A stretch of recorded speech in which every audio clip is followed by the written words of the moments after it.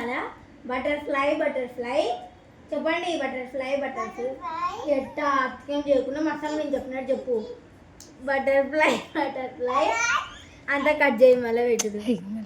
Butterfly butterfly where are you going? House in the garden. Dancing dancing. ఇంతే.